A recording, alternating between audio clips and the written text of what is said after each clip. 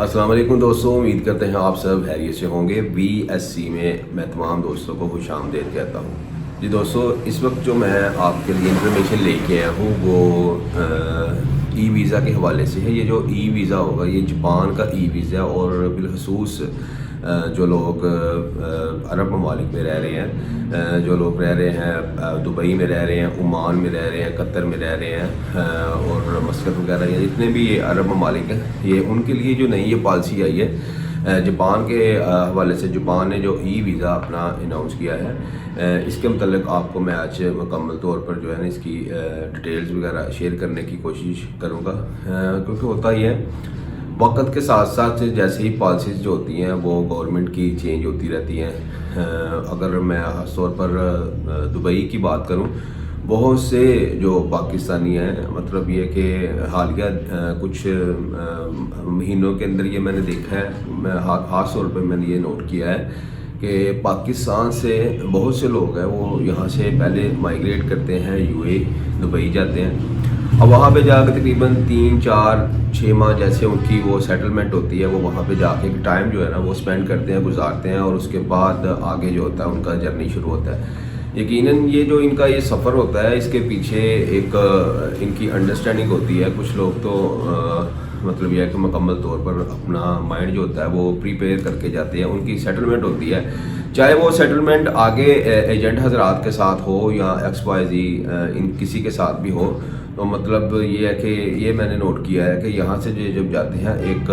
Short सा जो वक्त होता है वो वहाँ पे गुजारते हैं, और ये जो वक्त वहाँ पे जाके ये गुजारते हैं, इनके मतलब जो इनकी सेटिंग होती है, इनका स्टेटस वगैरह जो वहाँ पे फिर बनाया जाता है, मतलब बिज़नेस के लिहाज से बनाया जाता है, या इनकी सैलरीज अच्छी बनाई जाती है ताकि ये आगे जब इन्होंने मूव होना है, मिसाल के तौर पर इन्होंने आगे जापान जाना है, इनकी सेटलमेंट होगी है जी जापान के लिए। अब जापान की जो मतलब रिक्वायरमेंट होगी, वो जो भी फ्रेशर वहाँ बंदा जा रहा है, किसी भी कंट्री से जा रहा है, और वहाँ पे जब जाके इसकी एमरेट्स ID वगैरह बन जाती है, तो उसमें फिर इसने जो अपने मामला जो होते हैं वो सारे उस हिसाब से करने होते हैं। आम तो बंदे को नहीं पता होता, लेकिन जो वहाँ पे लोग रह रहे होते हैं, अपनी ज़िंदगी गुजार रहे होते हैं, खासतौर पर इस फील्ड के साथ मुंसलिक होते हैं, उनको पता होता है। फिर ये है कि फिर वो आगे इनको जो है ना वो फारवर्ड करते हैं। अब ये जो पॉलिसी की बात मैं कर रहा था, जो नई पॉलिसी आई है उसके ऊपर चले जाते हैं। मतलब ये कि जो अभी जापान ने अपनी ई वीज़ा की जो अभी 10 अप्रैल को ये शुरू किया है, अब इसके अंदर ये अब सहूलत हो गई है कि जिन लोगों के पास भी एमरेट्स ID होगी, या वहाँ पे जिस भी अरब ममालिक के अंदर ये लोग रह रहे हैं, बिलखुसूस मैं पाकिस्तानी की बात कर रहा हूँ, तो मतलब यह है कि इनको अब एम्बेसी में फ़िज़िकली तौर पर जाने की ज़रूरत नहीं होगी। ये अपनी इनकेस अगर ये पाकिस्तान में आए हुए हैं और इनके पास ये तमाम जो ऑफिशियल इनके जो डॉक्यूमेंट्स हैं ये इनके पास मौजूद है, तो फिर तो ये है कि ये अपने पोर्टल से ही अपने आप को रजिस्टर करके तो उसको जो है ना वो अपनी एप्लीकेशन को लॉन्च कर सकते हैं। एप्लीकेशन के जब इन्होंने लॉन्च करनी है उसके साथ कुछ रिक्वायरमेंट दरकार होती हैं, जो इन्होंने जो भी एप्लीकेट होगा उसने फुलफ़िल करनी होगी। जो इसकी रिक्वायरमेंट है उसकी मैं थोड़ी सी आपके साथ मैं डिटेल शेयर कर देता हूँ। उसके लिए है सबसे पहले मतलब एक रिक्वायरमेंट होगा इसकी पासपोर्ट होगा, ID कार्ड की कापी होगी, उसके बाद इनका जो वाइट बैकग्राउंड के साथ एक फ़ोटोग्राफ चाहिए होगी, Emirates ID front back side की जो है वो चाहिए होगी। बैंक स्टेटमेंट जो है वो मतलब इनकी अगर बात करें UAE में अगर कोई बंदा रह रहा है तो वहाँ पे जो इसका मतलब का बैंक अकाउंट है उसकी जो इसकी मुकम्मल तौर पर इसकी हिस्ट्री होगी, वो 3 माह की 90 दिन की जो है ना वो हमें इसकी दरकार होगी। वो इसके साथ इसकी सबमिशन होगी। बैंक मेंटेनेंस लेटर जो होगा वो वहाँ पे जो मतलब सीनियर जो वहाँ पे सारा इसको मेंटेन कर रहा होगा वो उसकी तरफ उसके बिहाफ के ऊपर वैसे तो ये जनरेट हो जाता है वहाँ पे। मतलब UAE की बात करें तो वो पाकिस्तान वाला वहाँ पे नहीं है ऐसा कोई सिस्टम कि वहाँ हमें फिजिकली जाकर जनाब वो रिक्वेस्ट लेटर लिखना पड़ता है, उसके बाद हमें जो है ना वो अकाउंट मेंटेनेंस लेटर जो है ना वो इशू होता है, फिर वो स्टैम्प करके देते हैं। और यूएई के अंदर ये है कि वो ऑटो जनरेट ही होता है। जस्ट हमें अपने पोर्टल पे जब हम वहाँ पे लॉगिन करते हैं तो उसके साथ जो है ना वो हमें अकाउंट मेंटेनेंस लेटर भी मिल जाता है। बात कर रहा था जी अकाउंट मेंटेनेंस लेटर, वो भी चाहिए, बैंक स्टेटमेंट भी होगी। उसके बाद जो आपकी कंपनी है, जो आपका सोर्स ऑफ इनकम है, ठीक है, उसके आपकी क्या डेजिग्नेशन है, क्या आपका वहाँ पे ओहदा है, और उसमें जो है ना वो आपकी चाहिए। एक चीज़ निकल गई थी, वो मैं दोबारा यहाँ पे वो कर लूँ कि वो जो आपका बैंक स्टेटमेंट होगी ना, उसके अंदर कम से कम भी आपको तकरीबन जो है 15,000 दिरहम जो है ना वो आप क्लोजिंग बैलेंस के साथ आपको अपनी स्टेटमेंट वगैरह देनी होगी। क्योंकि इसके अंदर ये है कि आपने जो अब ट्रैवल करना है उसके अंदर आपके जो एक्सपेंस, सपोज अगर हम लगा लेते हैं जी 7 दिन का आपका ट्रैवल है, ठीक है, 7 दिन के अंदर आपने ट्रैवल, आपने टिकट भी लेनी है, आपने आना है, उसके बाद जाना है, और वहाँ पे जाकर फिर आपने अपनी मतलब होटलिंग वगैरह जो है, फिर सैर तफरी है, ये सारी चीज़ें जो ज़िंदगी के मामला तो होंगे जो आपने वहाँ पे जाकर करने हैं। इसके लिए आपके पास जो है ना इतने फ़ंड्स होने चाहिए कि आप जो है ना अपने मामलात को जो है ना वो अच्छे तरीके के साथ जो है ना वो गुजार सकें। तो ये इसको अपना ज़हन नशीन कर लिए कि 15,000 दिरहम जो है ना वो कम से कम आपके पास जो है ना वो अकाउंट के अंदर होने चाहिए। उसके बाद बात चल रही थी जी आपके पास सोर्स ऑफ इनकम, जो सोर्स ऑफ इनकम है वो आपने डिक्लेयर करना है जी। आपका कंपनी के अंदर आप कहीं पे एम्प्लॉय हैं तो आपके पास उसका लेटर होना चाहिए। अगर आपका अपना को वहाँ पे बिज़नेस है तो आपके बिज़नेस के जो आपके डॉक्यूमेंट्स होंगे वो आपने उसके साथ एप्लीकेशन के आपने फॉरवर्ड करने हैं। और अगर आप कहीं पे कर रहे हैं काम वगैरह तो उसके बाद वहाँ पे उनकी तरफ से जो है ना वो NOC, नो ऑब्जेक्शन सर्टिफिकेट जो होगा वो आपने उनसे लेना है। उसकी जो है ना वो आप सबमिशन साथ जो है करेंगे। और इसके अलावा जो आपकी कोई ट्रैवल हिस्ट्री है, आप लास्ट 5-10 साल के अंदर अगर कहीं पे गए हुए हैं तो इंटरनेशनल आपने ट्रैवल किया हुआ है, ठीक है, अगर आपने सपोज अगर लगा उम्रे पे किए गए हुए हैं माशाल्लाह, यहाँ कहीं भी जो आपकी ट्रैवल हिस्ट्री है वो तमाम ट्रैवल हिस्ट्री जो है वो भी आपने साथ जो है मेंशन करनी है। इसके अलावा जो डॉक्यूमेंट्स होंगे वो इंश्योरेंस नहीं इसमें अंदर होती, ठीक है। पाकिस्तान से भी जब हम यहाँ पे एप्लीकेशन फॉरवर्ड करते हैं पाकिस्तानियों के लिए, जो इससे पहले वाला जो तरीकाकार था, फिलहाल तो पाकिस्तान के अंदर तो वो ये भी चल रहा है, यहाँ पे ई वीज़ा नहीं है। ये जो आपको सारी डिटेल वगैरह दे रहा हूँ ये आपको अरब ममालिक की तरफ के लिए दे रहा हूँ कि मतलब वहाँ पे जो ये अभी पॉलिसी आई है उसको जो है ना वो मैं डिफाइन करने की कोशिश कर रहा हूँ। तो इंश्योरेंस नहीं है जी इसके अंदर। और उसके बाद जनाब आपने अपना आइटिनरी देना है और शेड्यूल ऑफ स्टे देना है, ठीक है, और कहाँ कहाँ आप जाएंगे, क्या आपकी एक्टिविटी होगी। 7 दिन का अगर आप प्लान दे रहे हैं तो 7 दिन के अंदर क्या आप करेंगे, कहाँ पे रहेंगे, और ये चीज़ें जो होती हैं ना, अब जो आपने प्लान देना है ये भी बड़ा जो है ना वो आपने ध्यान से देना है। क्योंकि अगर आप गूगल से सर्च करते हैं या कुछ चीज़ें ऐसे करते हैं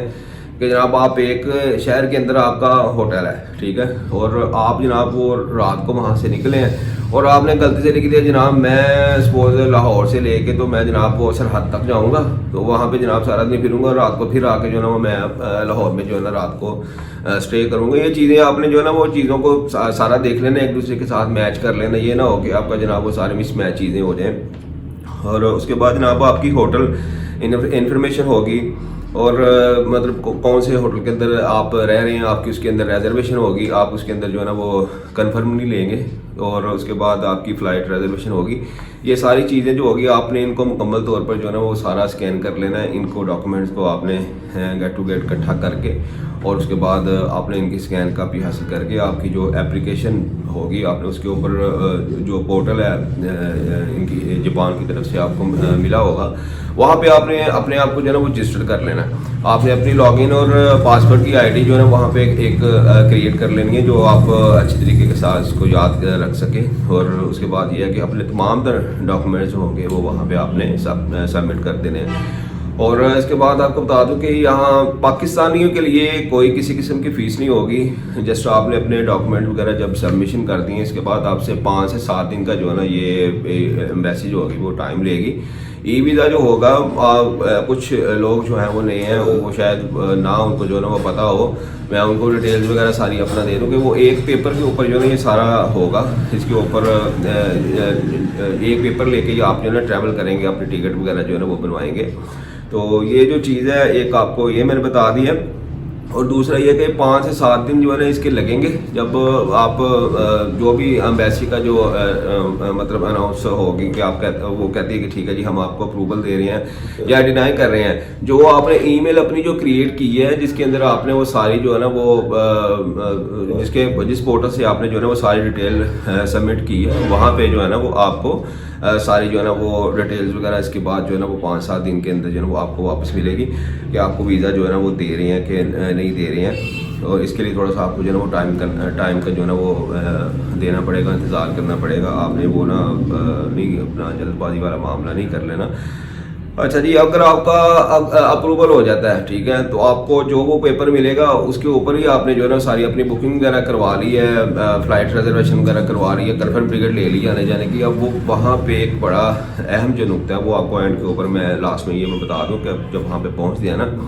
इमिग्रेशन जो पास करनी होती है वो एक बड़ा जो है ना वो अहम मामला होता है। ये इमिग्रेशन पास करना मैं ज़ाती तौर पे जो समझता हूँ हर बंदे के लिए इतना आसान नहीं होता, क्योंकि वो जो वहाँ पे प्रोफेशनल बंदे बैठे होते हैं ना, जो इमिग्रेशन ऑफिसर होते हैं, उनको एक टास्क मिला होता है कि आपने वो देखना है कि जो बंदा यहाँ पे आ रहा है हमारे मुल्क के अंदर उसकी चाल ढाल कैसी है, वो उसका जो है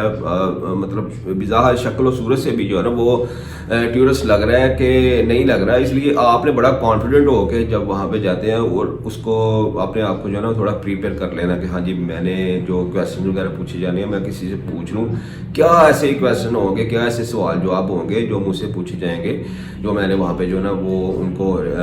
जो आपके अंदर वहाँ पे जो मैंने बताने हैं। और जब आप काउंटर के ऊपर जाएंगे उसके बाद अगर आप काउंटर अपना क्लियर कर लेते हैं, जो वो क्वेश्चन वगैरह आपसे पूछते हैं, उसके बाद जनाब वो एक आपको जो है वो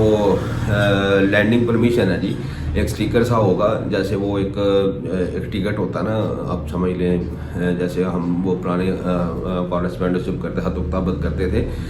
कुछ चिट्ठी लिखते थे, उसके ऊपर एक स्टिकर लगता था। वो जो होगा मैं अभी उसको साथ कोशिश करता हूँ कि वीडियो के अंदर जो है ना वो आपको एक स्टिकर भी मैं दिखा दूँ, वो आपको आपके पासपोर्ट के ऊपर जो है ना वो लैंडिंग परमिशन जो होगी वो उसके ऊपर आपको पेस्ट किया जाएगा पासपोर्ट के ऊपर, जिसके ऊपर मुकम्मल तौर पे लिखा होगा कि किस तारीख को जो है ना वो आप यहाँ जापान किस नरीता के ऊपर या जिस भी एयरपोर्ट के ऊपर आप लैंड कर रहे हैं। आपने आज अगर लैंडिंग की है तो फर्दर जो है ना आपको 90 डेज जो है ना वो आपको टोटल जो है ना वो ड्यूरेशन मिला है, और उसके अंदर आपका जो टाइम ऑफ स्टे होगा, ठीक है, जो आपने रुकना है वो कितने दिन का होगा, वो 10 दिन का या 15 दिन का, मोस्टली जो होता है वो 15 दिन का ही होता है जो आपको जो है ना वो टाइम मिलता है। तो ये कुछ मामला थे कि कुछ सूरत हाल थी जो आपके साथ मैं समझता था कि इसको जो है ना वो डिस्कस करना चाहिए ताकि आपका जो है वो फ़ायदा हो जाए कि किस तरह आप अपनी डॉक्यूमेंटेशन करके आप अरब ममालिक में रहते हुए जो नई पॉलिसी आई है वो अपना ई वीज़ा जो है वो जापान का ले सकते हैं। मज़ीद अगर आपको किसी किस्म की मालूमात चाहिए होगी या आप ये चाहते हैं कि हम आपकी फ़ाइल जो है ना वो सबमिशन करें तो आप हमसे रब्ता कर सकते हैं। अपना बहुत सा ख्याल रखिएगा। इंशाल्लाह एक नई अपडेट के साथ दोबारा आपकी खिदमत में हाजिर होंगे। VSC